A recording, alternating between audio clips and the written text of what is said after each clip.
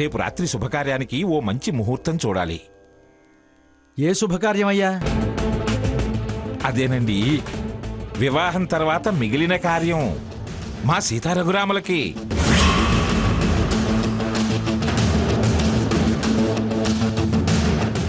మా వాడు రేపు ఉదయం ఉద్యోగంలో చేరుతున్నాడు, రాత్రికి సంసారం స్టార్ట్ చేస్తున్నాడు.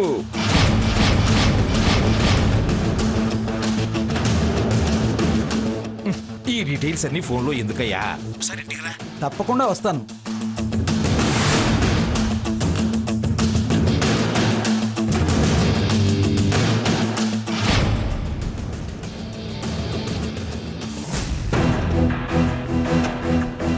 స్వర్ణ స్వర్ణ, ఏంటయ్య? సాకేత్ ఎక్కడున్నాడు? లోపలున్నాడు. మరి మీ అమ్మమ్మ? లోపలుంది.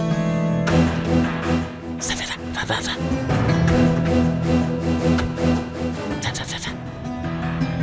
ఏంటి తాతయ్య? ఏం లేదమ్మా, నేనిప్పుడే పంతులతో మాట్లాడాను. రేపు మంచి ముహూర్తం ఉందన్నాడు.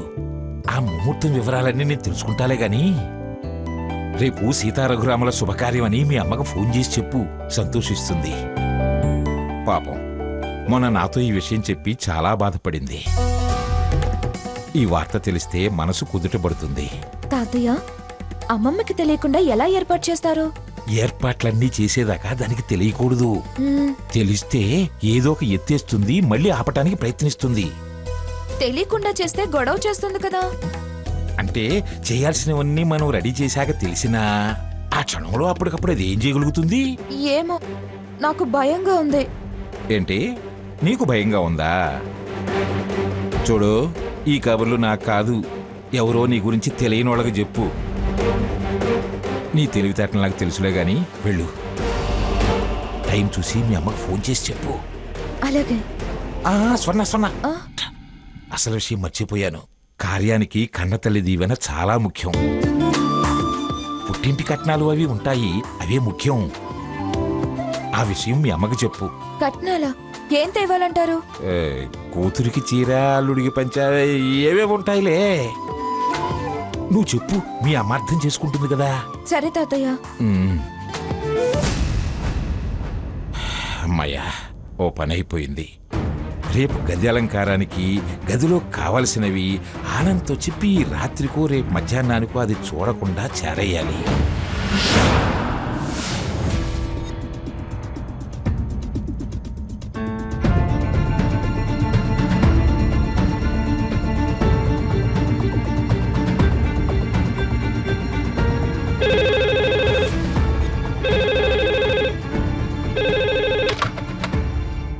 హలో అమ్మా, నేను స్వర్ణని. స్వర్ణ, ఎలా ఉన్నావే? ఏంటమ్మా ఫోన్ చేసావు? కంగారు పడకమ్మా, నీకో ముఖ్యమైన విషయం చెప్దామని ఫోన్ చేశాను. ఏంటే అది? తాతయ్య గారు రేపు అక్క బావల శోభనానికి ఏర్పాట్లు చేస్తున్నారు. అలాగా, చాలా మంచి మాట చెప్పావే. మరి పెద్దావిడ ఒప్పుకున్నారా? ఆవిడెప్పటికి ఒప్పుకోవాలి? మరెలాగే? తాతయ్య గారిప్పుడు అమ్మమ్మని లెక్క చేయట్లేదు. ఆవిడికి తెలియకుండానే అన్ని ఏర్పాట్లు చేస్తున్నారు. మంచి మాట విన్నందుకు సంబరపడ్డాను కాని ఆవిడ దగ్గర విషయం దాచి ఆయన పనికి పూనుకోవడం నాకు భయంగా ఉందే. సక్రమంగా జరగనిస్తుందంటావా? ఈ మాటే నేను తాతయ్యతో అన్నాను. మీరెవరూ భయపడాల్సిన పనిలేదు అని చాలా ధైర్యంగా మాట్లాడుతున్నారు. తాతయ్య తలుచుకుంటే ఎవరూ ఆపలేరమ్మా. ఏదో విధంగా కార్యం గట్టెక్కితే చాలు. రసాబసాయి అబాస్పాలు అవకుండా ఉంటే చాలు. వాళ్ల మనసులు చిన్నబుచ్చుకోకుండా ఉంటే నాకదే 10,000. 10,000 తర్వాత కానీ పుట్టింటి కట్నాలు, అదే అక్కకి బావకి బట్టలు పెట్టాలంట కదా. ఎలాగోలాగా అవి మాకు అందేలా చేయమ్మా. ఎలాగోలా ఏంటే? రేపు నేనే స్వయంగా తీసుకొచ్చిస్తాను. ఏంటి, నువ్వు తీసుకొచ్చిస్తావా? మరింకెవరు తెస్తారే? నా చేతులతో వాళ్ళిద్దరికీ స్వయంగా బట్టలు పెడితేనే నాకు తృప్తిగా ఉంటుంది. అది కాదమ్మా. నీ భయం నాకు అర్థమైందే. నేనొస్తే మళ్ళీ ఆవిడ విరుచుకుపడుతుందనేగా. ఆవిడ అండం నేను పట్టం అలవాటైపోయిందిలే. అసలు ఆవిడతో మాటలు పడందే తోచినట్టుండదనే పరిస్థితి వచ్చిందనుకో. అయినా నువ్వన్నట్టు ఇప్పుడు బాబాయ్ గారి అండుంది కదా మనకి. అన్నీ ఆయనే చూసుకుంటారు. సరే అమ్మా, నీ ఇష్టం. ఆ, రేపు సాయంత్రంలోగా అవి అందేలా చూడు. అలాగే, రేపే వెళ్ళి కొనుక్కొచ్చేస్తాను. మంచిదమ్మా, ఉంటాను.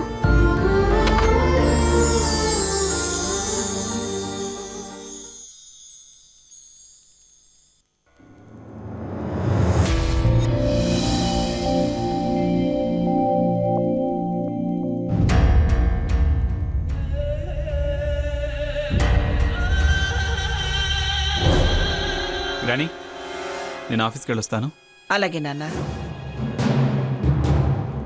ఇవాళ ఒక్కరోజు ఆపటం కాదు, అసలు ఆ దరిద్రుడే ఆఫీస్కి రాకుండా చూడు. అది నాకు వదిలేరా, ప్రయత్నం చేస్తాను. ఒకవేళ వచ్చినా వాడు నీకు బంట్రోతుగా ఉంటాడు గాని నీ బాస్ సీజన్లో భాగం పంచుకోలేడు. వాడికి ఇంట్లో వంటోడు, ఆఫీస్లో బంట్రోతు, అంతకు మించిన స్థానం దక్కనీయొద్దు. అప్పుడే ఆత్మాభిమానం నీలిగే వాళ్ళు వాళ్ళ దారి వాళ్ళు చూసుకుంటారు. సరే, నువ్వు వెళ్ళరా. ఏంటి పొద్దున్నే టిఫిన్ చేయలేదా ఏమిటి? అలా ఒకళ్ళ చెవులు ఒకళ్ళు కొరుక్కొని తింటున్నారు. ఆ, మీ నిర్వాకం కడుపు నిండా తిండి తిన్నిస్తుందా, కంటి నిండా నిద్ర పోనిస్తుందా? అందుకని ఇలా ఒకళ్ళ చెవులు ఒకళ్ళు కొరుక్కొని తిని తృప్తి పడుతున్నాం. అంతేలే, అంతకు మించి మీరు ఇంకేం చేయగలరు? సాగినంత కాలం నాంతవాడు లేడందురు, సాగకపోతే ఊరక చతికిలబడి కూచుందురు అని పాటే ఉందిగా. వాడుదురు గాని ఆడుదురు గాని నా బలహీనతలు చూసి బెదిరించి సాగించుకోవటం కాదు. ఈ సంబడం ఎంతకాలమో చూస్తాను. మీతో 6 రాగం ఫలాయన మంత్రం త్వరలోనే తీస్తా. నోటీసులు ఇస్తానని నన్ను జయించానని తెగ రిచ్చిపోకండి. మొదలు తీర్చుకోవడం మొదలు పెడతానే, అప్పుడు వేద్దురు గాని చిందులు.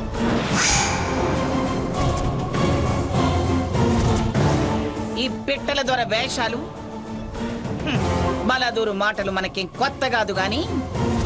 రేయ్, నువ్వు ఆఫీస్కి వెళ్ళరా.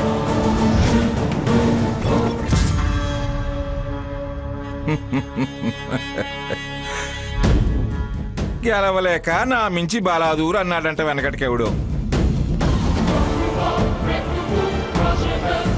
చూడు మంగ, పంతం నీ సొంతాస్తి అనుకోకు. అభిమానం ఉన్న వాళ్ళందరికీ అది చేతనవుతుంది.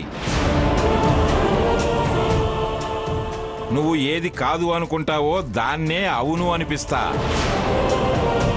నువ్వు ఏది చెడగొట్టాలని చూస్తావో దాన్నే చేసి చూపిస్తా. నా మాటలు తెలియనివి కావు అని తీసి పారేస్తున్నావు గాని నీకు తెలియని నా పంతానికి ఎంత పవర్ ఉందో నీకు తెలిసొచ్చేలా చేస్తా.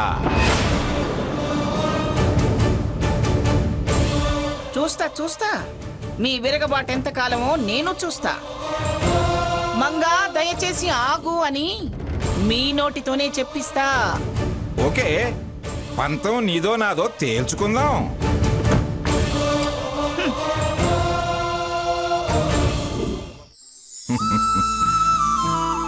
అమ్మా సీత, ఏంటి అందరూ అలా నిలబడిపోయారు? నా టిఫిన్ రెడీయేనా? త్వరగా తీసుకురమ్మా. ఆ కారము నెయ్యి తలుచుకుంటేనే నోట్లో నీళ్లు వచ్చేస్తున్నాయి. త్వరగా తీసుకురండి. రండి రండి రండి రండి.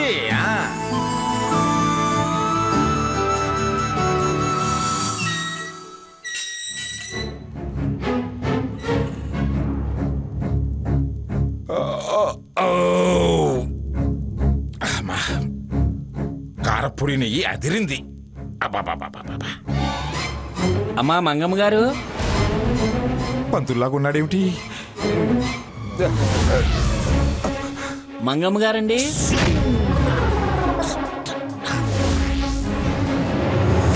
ఏమిటండి ఇలా నోరు నొక్కుతున్నారు? పెద్దగా మాట్లాడితే పీక కూడా నొక్కుతా. జడ్జిలు పీకలు నొక్కకూడదు. చాలే అప్పు. తమరేగా రమ్మని పిలిచారు. రమ్మంటే అరుస్తూ రావాలా? ఈ గుమ్మంలో అలా అరవడం అలవాటైపోయింది. లక్ష్మి, సరే సరే పంచాంగం చూసి ముహూర్తం చెప్పు. లక్ష్మి,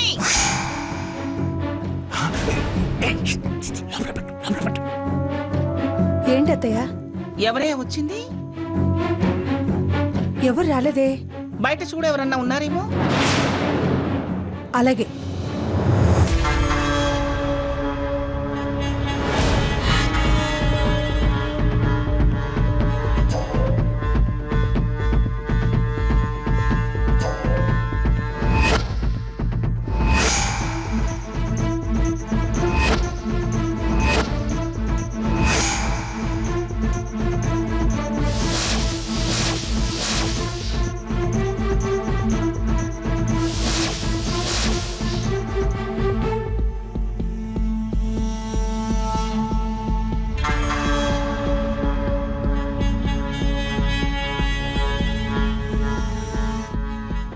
ఎవరు లేరత్తయ్య.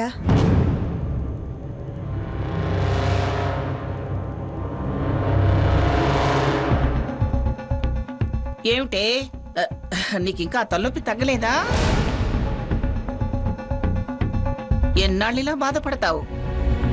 హాస్పిటల్కి వెళ్ళి చూపించుకోపోయావా? ఓహో, సీతను చూసుంటుందా?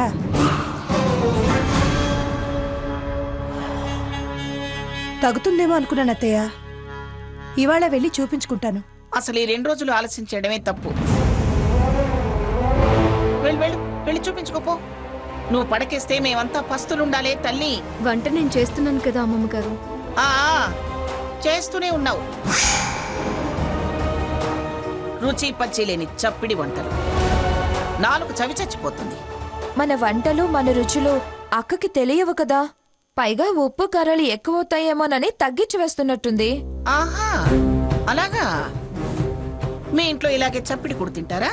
లేదు లేదు, మా కారాలు మీకు ఎక్కువ అవుతాయేమో అని.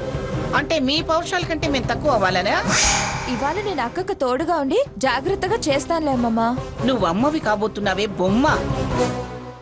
ఆ వంటగదిలోకి వెళితే ఆ తాలింపు వాసనకి ఉక్కిరి బిక్కిరైపోతావు. నువ్వు వెళ్ళి మందులవి టైంకి వేసుకుని పాలు తాగి హాయిగా పడుకుని వెళ్ళు. ఓ సరే అమ్మమ్మ. ఆ సీత, ఒళ్ళు దగ్గర పెట్టుకుని కాస్త రుచిగా వంట చెయ్యి. అలాగే అమ్మమ్మ గారు. నువ్వేమిటి, నువ్వు హాస్పిటల్కి వెళ్ళు. అలాగే అత్తయ్య. రే ఆనంద్, అమ్మా. అమ్మాయిని హాస్పిటల్కి తీసుకెళ్ళి నాయనా. అలాగే అమ్మా. పదలక్ష్మి.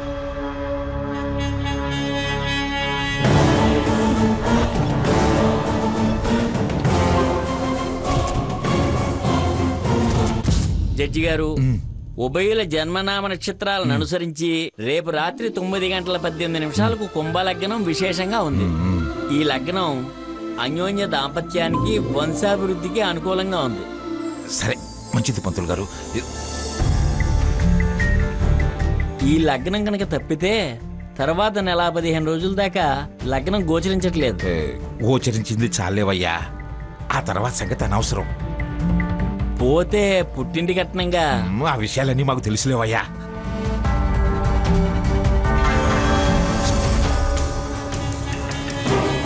తమరికి దయచేయండి. ఇదిగో ఈ ముహూర్తం విషయం గాని నువ్వు ఇలా వచ్చిన విషయం గాని దానికి తెలియనియొద్దు. అలాగేనండి, నేను చూసుకుంటాగా.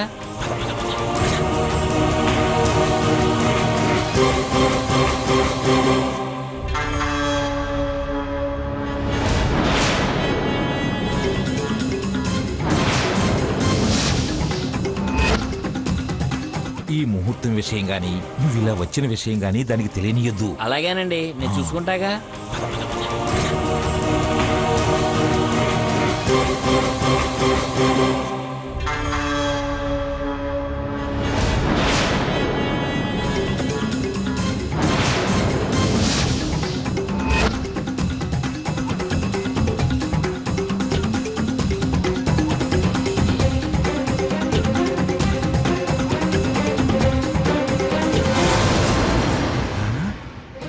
కళ్ళజోడి తీసిందిగా, అయితే పర్వాలేదులే, ఏం కనపడదు. త్వరగా వెళ్ళు.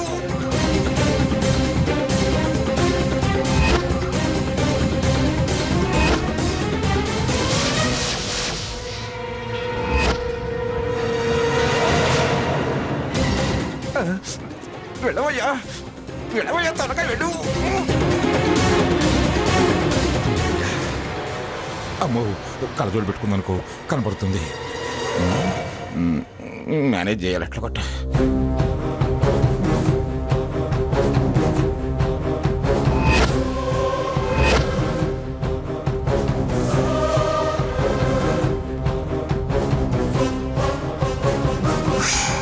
ఎవరో పంతుల్లా ఉన్నాడే.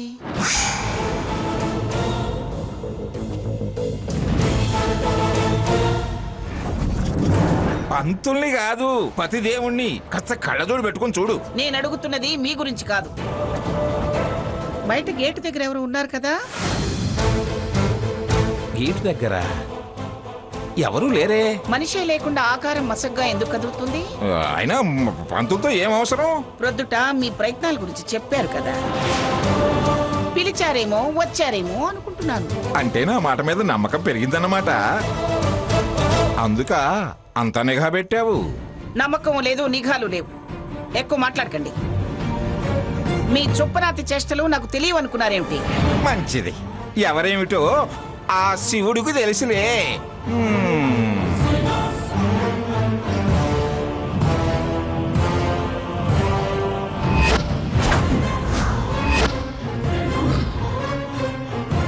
అన్నిట్లోనూ బాగా వెనకేసుకొస్తున్నాడు ఈ పెద్ద మనిషి. దీన్ని పనిలోకి ఉంచినట్టే వాణ్ణి కూడా ఏదో ఒకటి చేసి ఈ ఇంటి పాలే.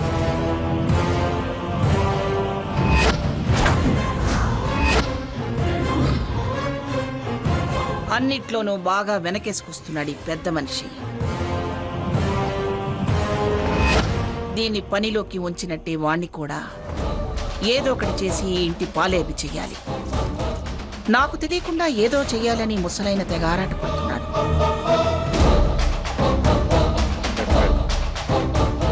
ఈయన స్పీడ్కి ముందు బ్రేకులు వేస్తే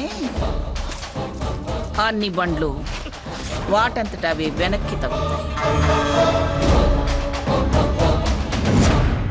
అవును, పంతులు గారికి ఒకసారి ఫోన్ చేసి విషయం కనుక్కుంటే సరిపోతుంది.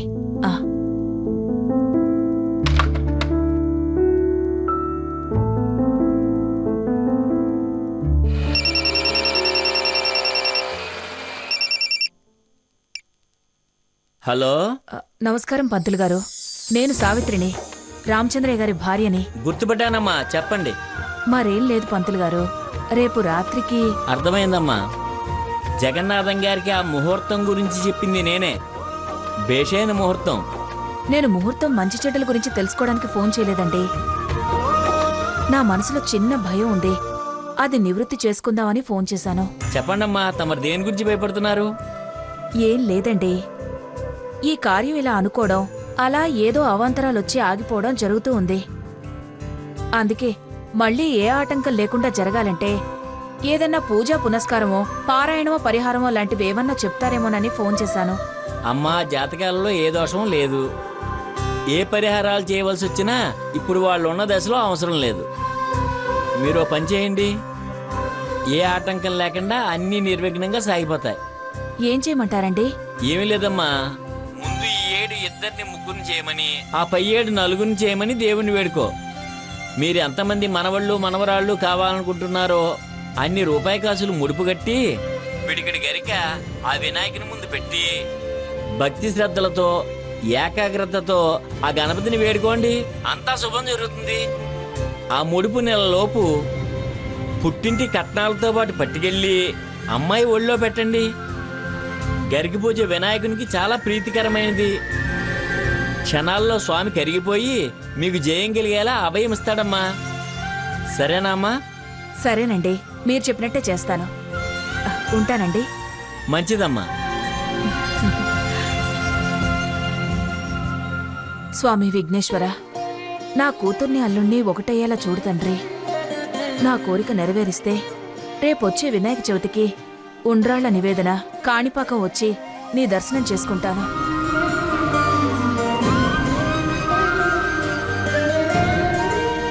పంతులుగారు చెప్పినట్టు గరికె పూసలు రూపాయి బిళ్ళలు ముడుపు కట్టి పుట్టింటి కట్నాలతో పాటు సీతను తీసుకెళ్ళాలి.